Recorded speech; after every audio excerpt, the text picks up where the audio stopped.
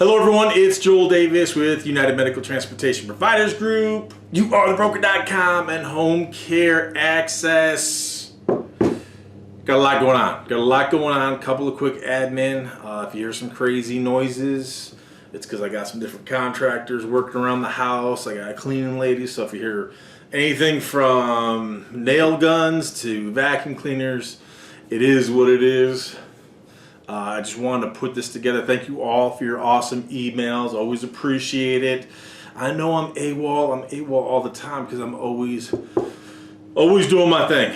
And so that's why I'm so sporadic when it comes to making videos. I apologize. But I want to put this together because then I got to hit the road. So I want to get something together. Otherwise, who knows when I'm going to have another one. Couple of quick admin things. Hey, Mario. Thanks so much for this shirt. One of my awesome client providers in the great state of Texas sent me some awesome shirts. This might be a little too much male toxicity for some of you knee benders. You might get triggered. Notice the Texas, love it. Notice the AR, lock and load. Again, I know that might trigger some of you knee benders out there, but that's cool. So, but Mario knows I'm moving to the great state of Texas. So, thanks so much, Mario. They're all received. I think I'll wear one for each of the next few videos. But they're awesome. Love it. Couple of quick things to answer some very quick emails before we dive into some good meat and potatoes. For the home care access, yes, we're doing 120 days of coaching. You could sign up for that before November 30th. The opportunity between now and November 30th is for our active UMTPG members. Membership has its privileges. But you got to remember, we can only work with so many people at one time, so keep that in mind. So even if you want to make your reservation earlier rather than later, that's fine, whatever. But just know that at the end of the day, especially when you're working with Marty and Ginny, hey, they're very much involved with their home care business because they're still building, growing, and scaling after 20 plus years. And obviously I'm busy between working with many of you, doing one-on-one coaching, my broker business and stuff. I'm busy too. So you got to understand, you know, we can only work with so many people at one time. So keep that in mind. Another quick thing here is I'm begging you because I work with a lot of newbies. Please, when you are coming up with a name for your business, please do not refer to yourself as Global blah blah blah Transportation Service or World blah blah blah Home Care Agency. Please do not make yourself a laughing stock by including yourself as global logistics and medical transportation and World blah blah blah Home Care Agency. You're not. So stop. You are a centralized, regional-based business. Even if you work in multiple states, I got plenty of people that operate their businesses in multiple states. That's fine, but avoid the words world and global. It's just laughable, and you're not it. So just stop. That's a little pet peeve of mine because it's just not realistic. So let's dive into some meat and potatoes here. I put these together.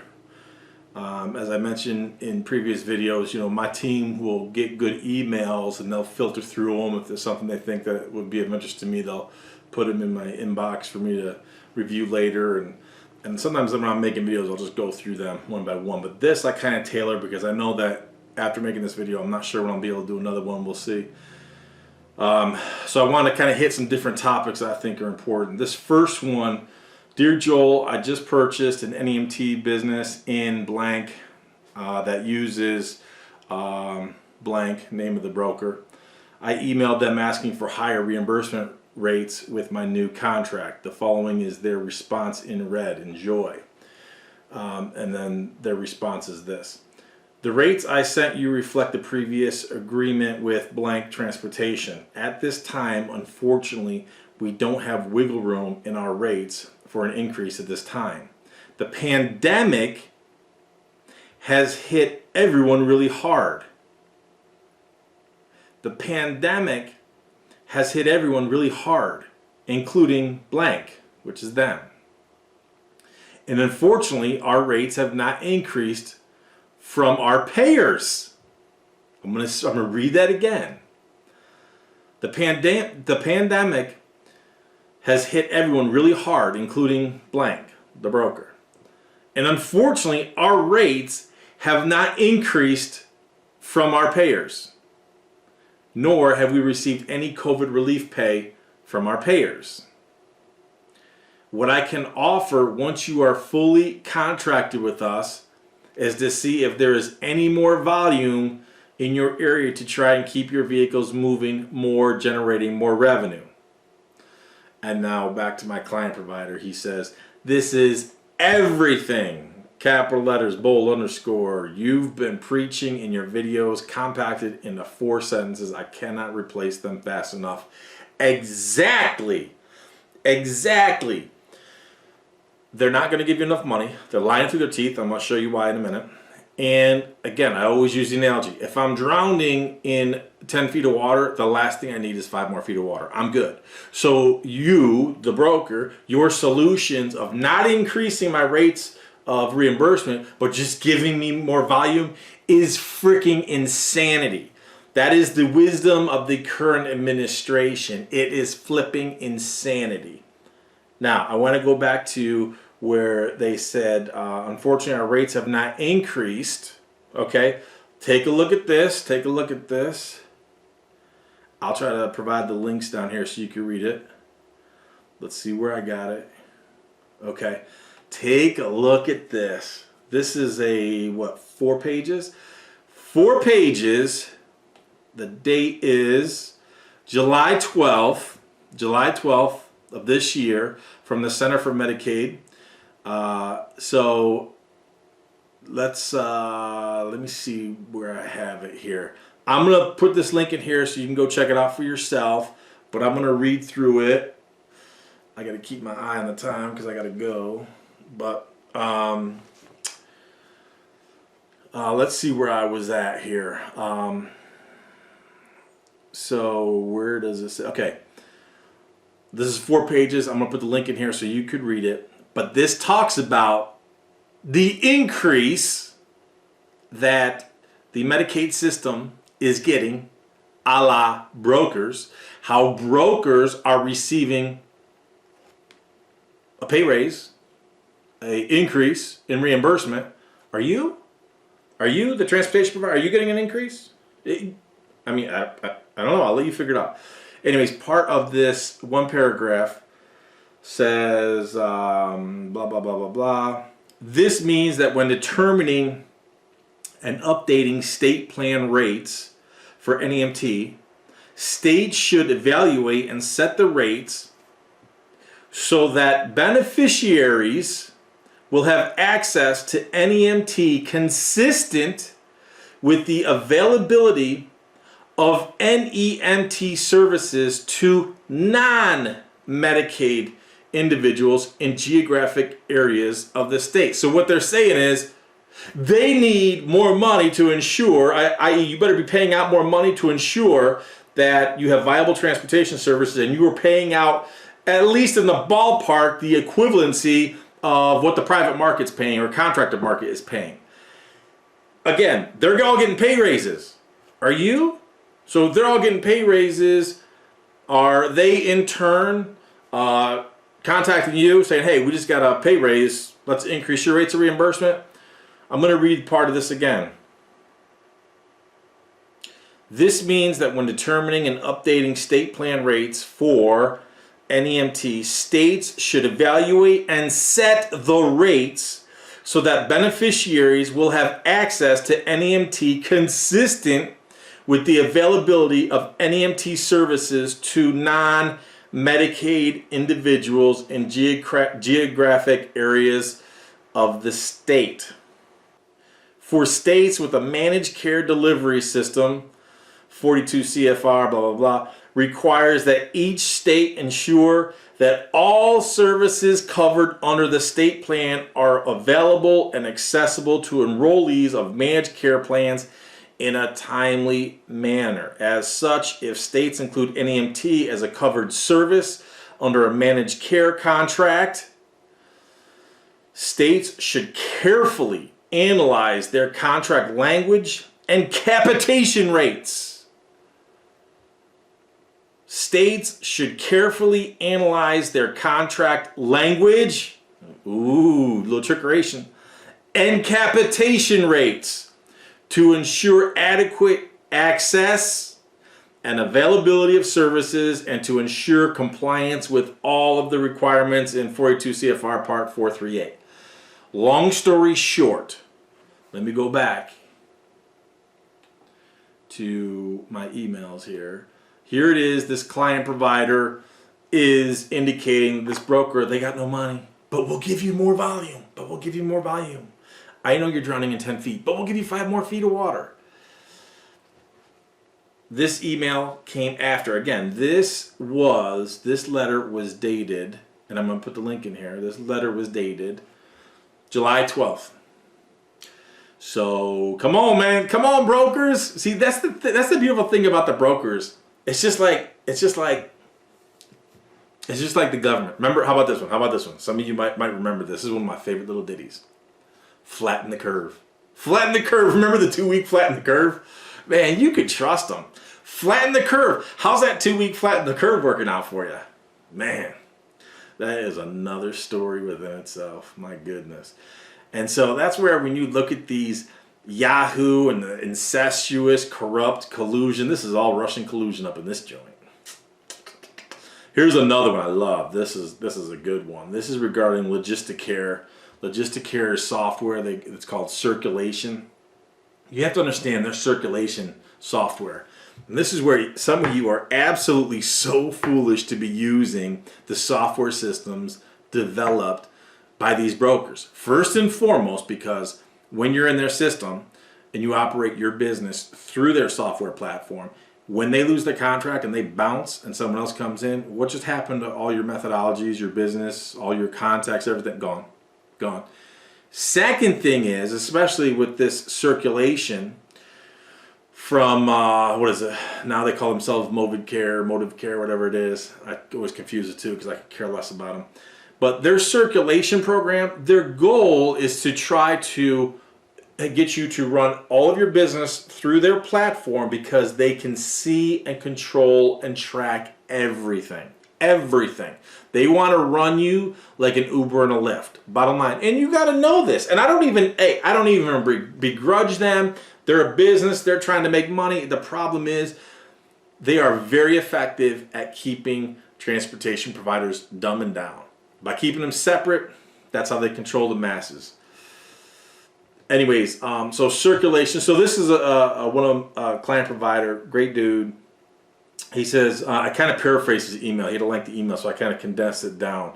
He said, I'm concerned that when talking about Logisticare, I'm concerned that when they start tracking my trips, which is their plan through Circulation, their software platform, I'm concerned that when they start tracking my trips using their software, that they're going to say something about my driver who is in another city and me charging overrides for deadhead mileage, which is true, they will.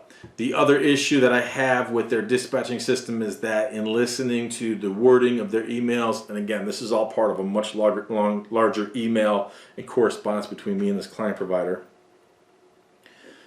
In listening to the wording of their email that I forwarded to you, it sounds like they're trying to coerce me, which they are.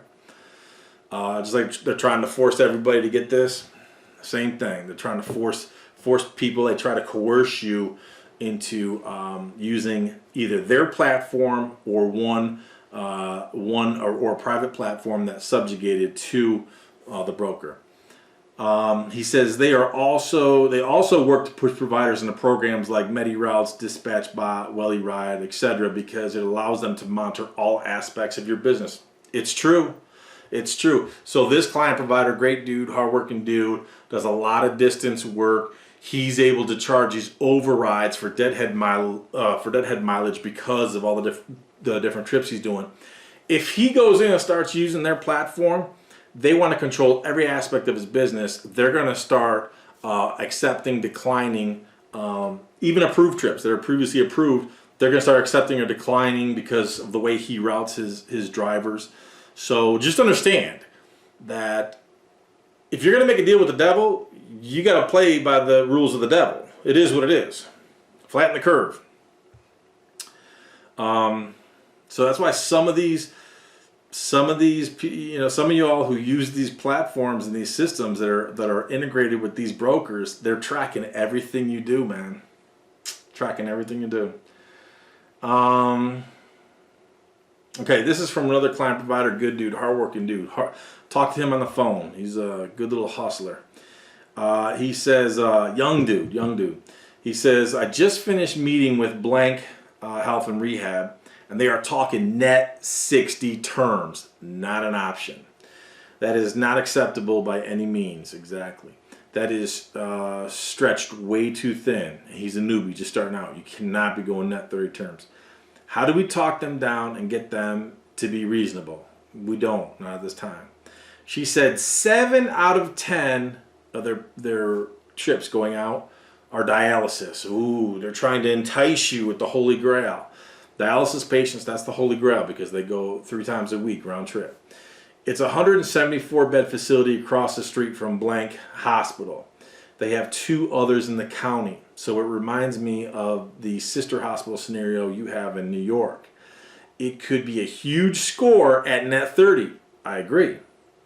I'm going to try and reach another facility today and let you know, blah, blah, blah. The reason I include this in there, you cannot be going net 60 terms. Now, he's a newbie, starting out, great opportunity, high in motivation, great vehicle, great assets, everything he needs to be successful. This facility, big in size, right around the corner. First of all, they're full of crap. So when he said, we drafted a response, thank you very much, blah, blah, blah, but we can't go net 60, you got to go net 30, blah, blah, blah.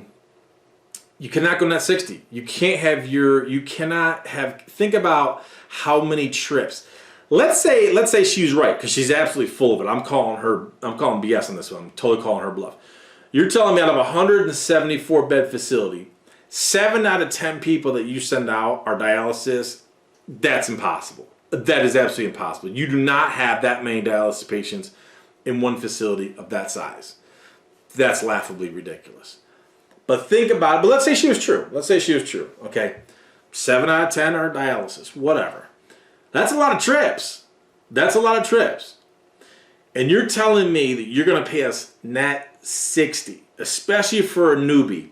Do you know how much he would pay out in gas, in labor, matching unemployment, everything associated with labor cost, workers' comp, etc.? Do you know how much he would shell out while he's waiting for reimbursement?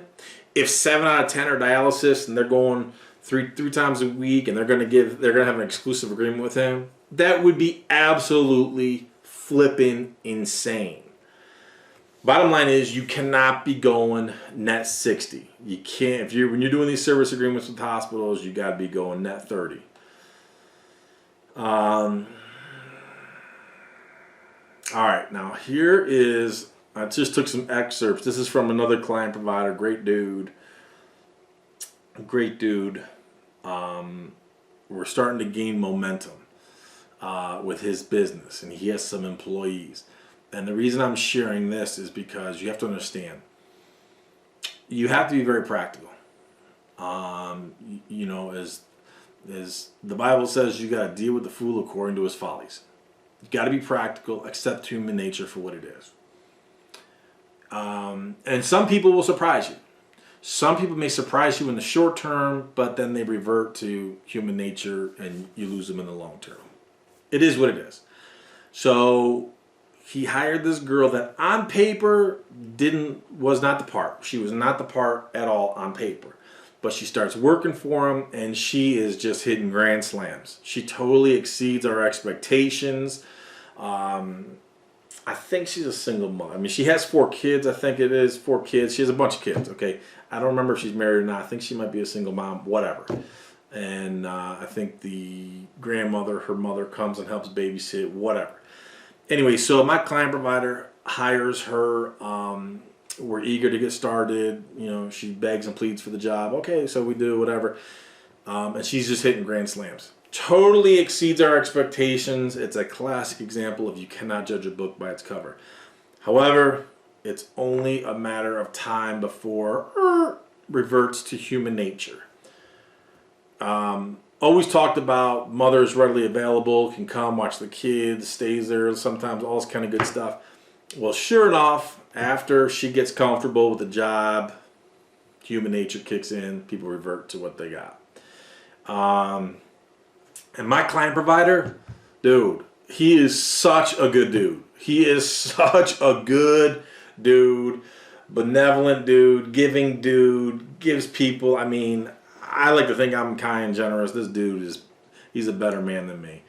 Giving her chances. Well, sure enough, and she's hitting grand slams. She's doing a great job, serving the business well, going out, selling the business, everything.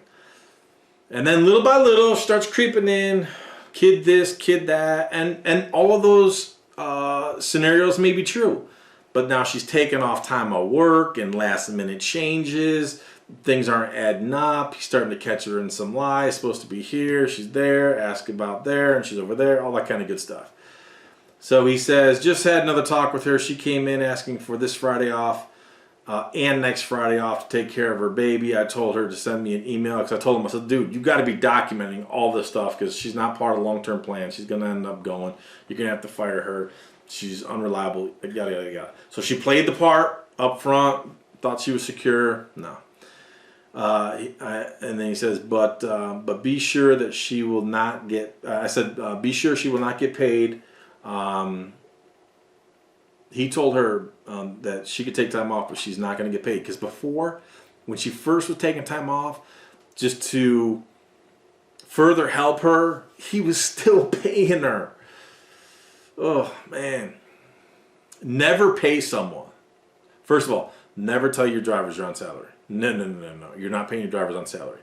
Never get in a position where you give them fixed payments each week, because if you ever do fire them or they quit, whatever reason, they go to the Department of Labor, even though you didn't have them on salary, if they demonstrate that they make the same amount of money every single week, they're clearly going to illustrate to the Department of Labor they're on salary, and you get screwed. So don't do that.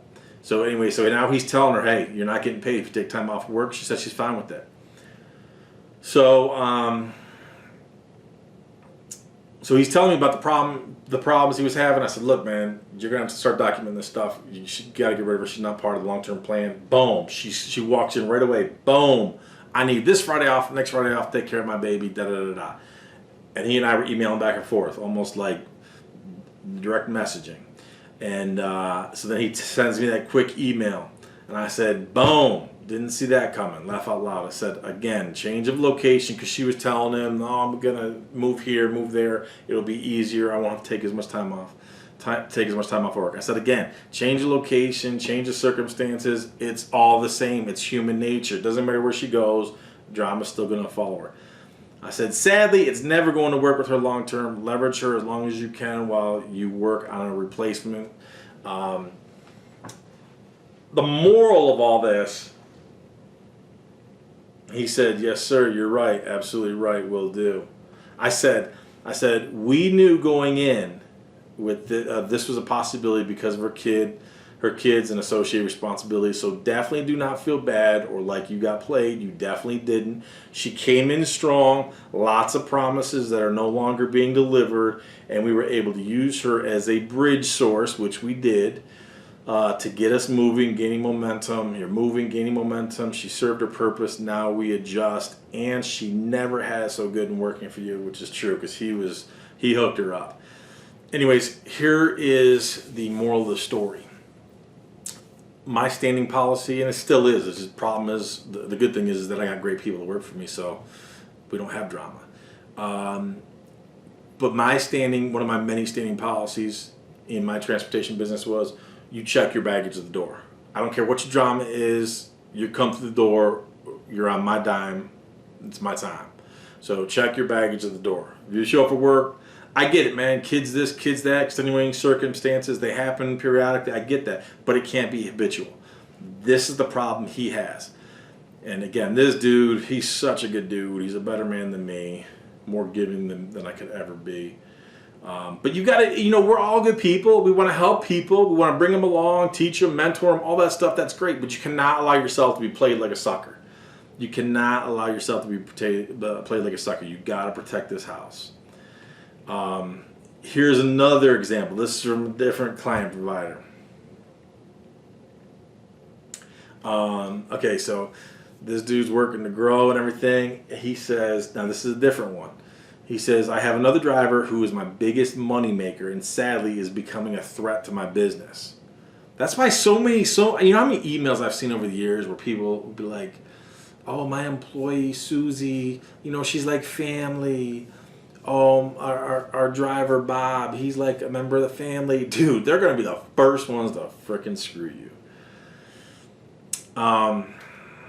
He says, I have another driver who is my biggest money maker and sadly is becoming a threat to my business. Pay attention. While I don't believe it's the scamdemic, I do believe that whatever it takes to get, while I don't believe in the scamdemic, I do believe that whatever it takes to get the contract, it will be done. Totally agree. In this situation, if it involves wearing a mask so as to give the facility the sense of comfort that we really do care about its members, then so be it. Exactly. However, she is completely defiant with wearing a mask even at the customer's request. Sadly, she says she has a medical condition that prevents her from wearing a mask, but she can't back it up with medical documentation and has been doing mountains of research to see if I have the right to ask her for proof. Long story short, according to the EEOP, ADA, and OSHA, yes, I can.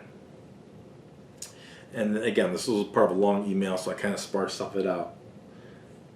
He says, I've been trying to be patient with her and let her know that if I start pursuing contracts, which we are, and they want to make sure that the drivers are wearing masks, this will jeopardize it.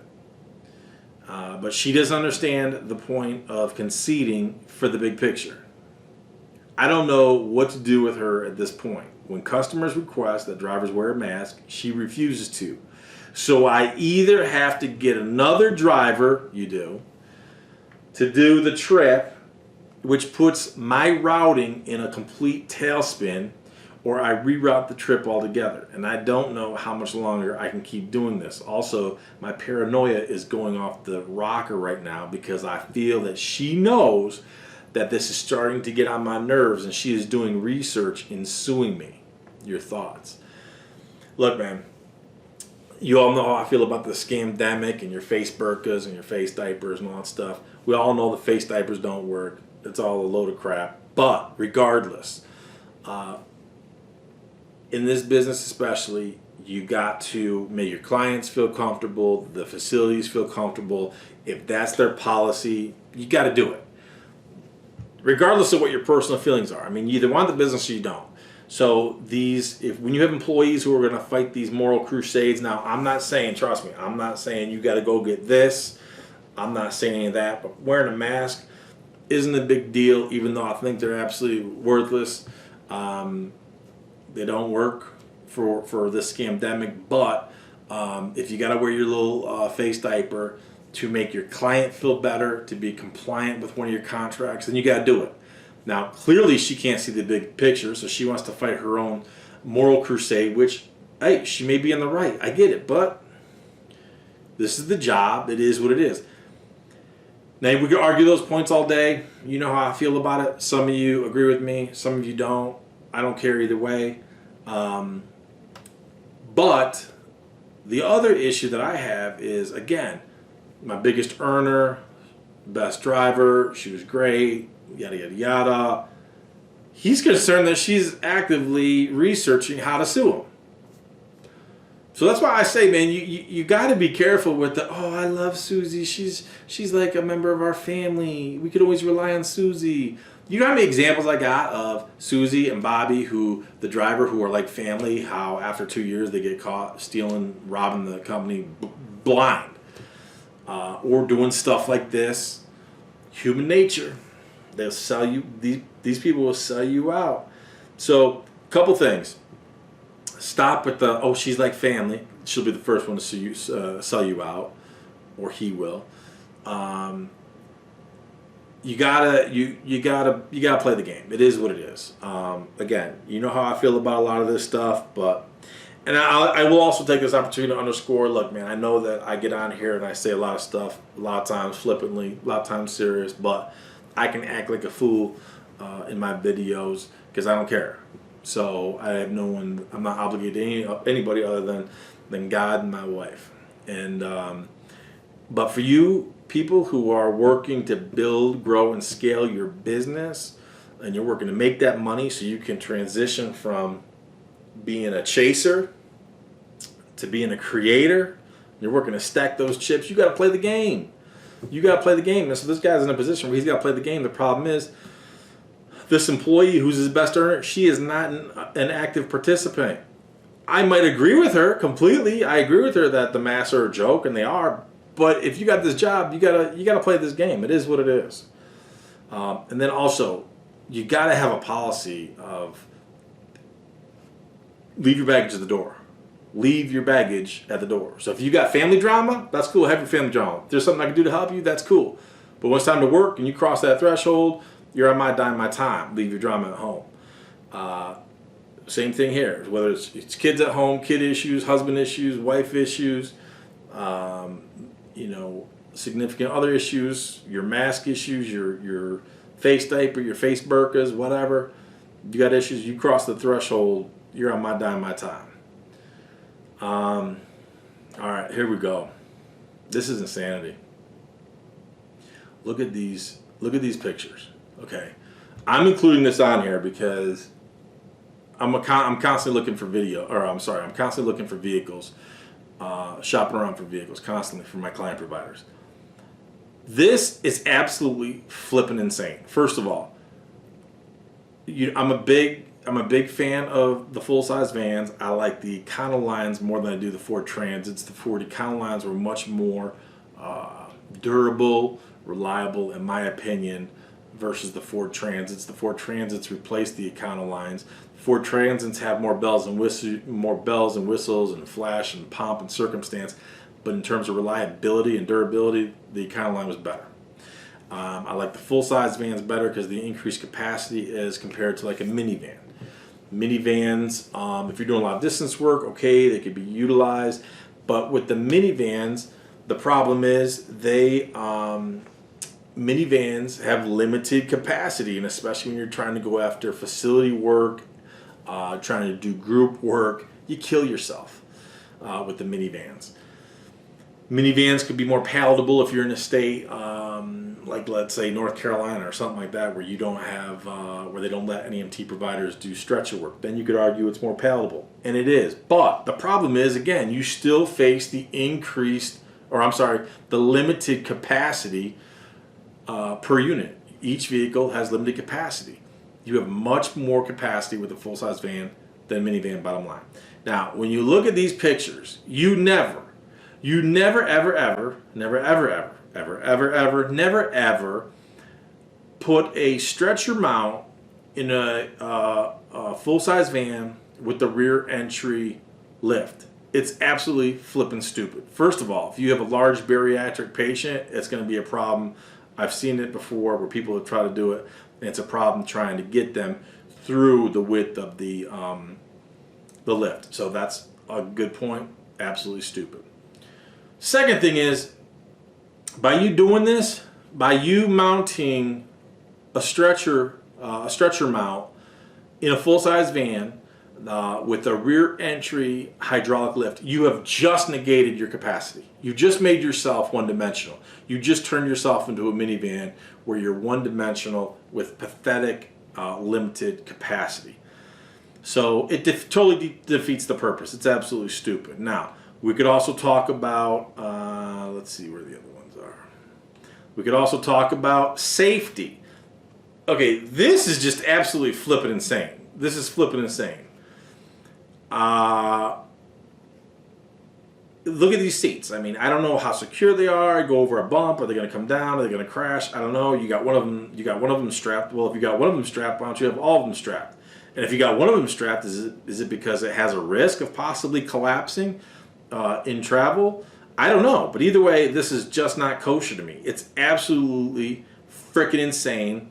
God forbid there would ever be an accident and a lawsuit. Dude, this is clear. These pictures alone are going to expose you to undue liability. It's absolutely flippin' stupid. Look at this picture here where it's like, I mean, this totally is not what we're looking for in terms of a layout of a vehicle. This is why, as many of you know, when I'm working with you one-on-one and we're shopping for vehicles, you know I'm very particular what I'm looking for. And this is not it. So the moral of the story is, do not try to take a rear entry hydraulic lift full-size van and try to put in a stretcher mount. You can't even do wheelchair here. It kills your logistics. It absolutely destroys your logistics, because just like a minivan, if you got a minivan, if you have a stretcher in a minivan and you want to go perform a wheelchair trip, you got to go ditch your stretcher. You got to go ditch the stretcher, pick up wheelchair, go get the client, get them. Well, if it's time to go back and pick up the stretcher patient, you got to go back and pick up a stretcher, go back and get it. You're killing your logistics. Remember, everything about this business and being profitable is we've got to be able to do more with less. You got a full-size van, big, beautiful full-size van that at least fits 2, 4, 6, 8, 9 ambulatory.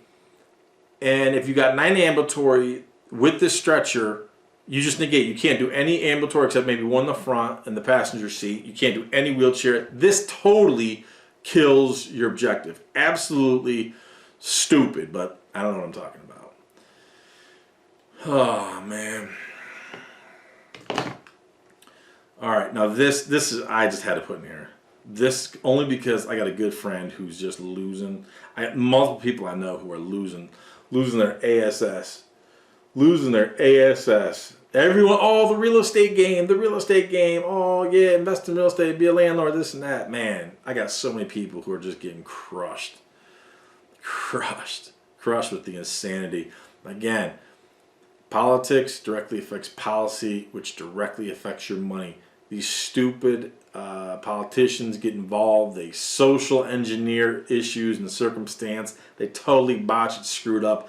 Then they further get involved to try to rectify the situation, and it never works. It only compounds the problem. Now this I put in here because my guys are doing some market analysis and everything and whatever. And here's what I love about this. You got a hospital, 238 bed hospital that's been around for something like 160 years, and they're closed. Well, why are they closing in the middle of a scamdemic where bodies are just stacking up? Oh, the variance, flatten the curve. People are stacking up. There's so many dead bodies. And yet, if we look at, here's the article on it. So I told them, I said, well, give me the article on why they closed. And it says, citing extremely low patient volume and empty beds. What? People are freaking, I tripped over 2 dead bodies in the streets this morning. Citing extremely low patient volume and empty beds, Bon Secure Mercy Health will close DePaul Medical Center, a hospital with a history extending over 160 years. Over 160 years, and now they close. Over 160 years, and now they close. Unbelievable. The Catholic-based hospital system made an announcement in the news released Tuesday, a decision, blah, blah, blah, whatever. Dude, what are you talking about? Flatten the curve. I mean, we got to flatten this curve. People are stacking up. I mean, it's all these dead bodies. It's insane. Been operational for 160 years, and now the hospitals are closing. It is absolutely flipping insane. This is why people listen to me.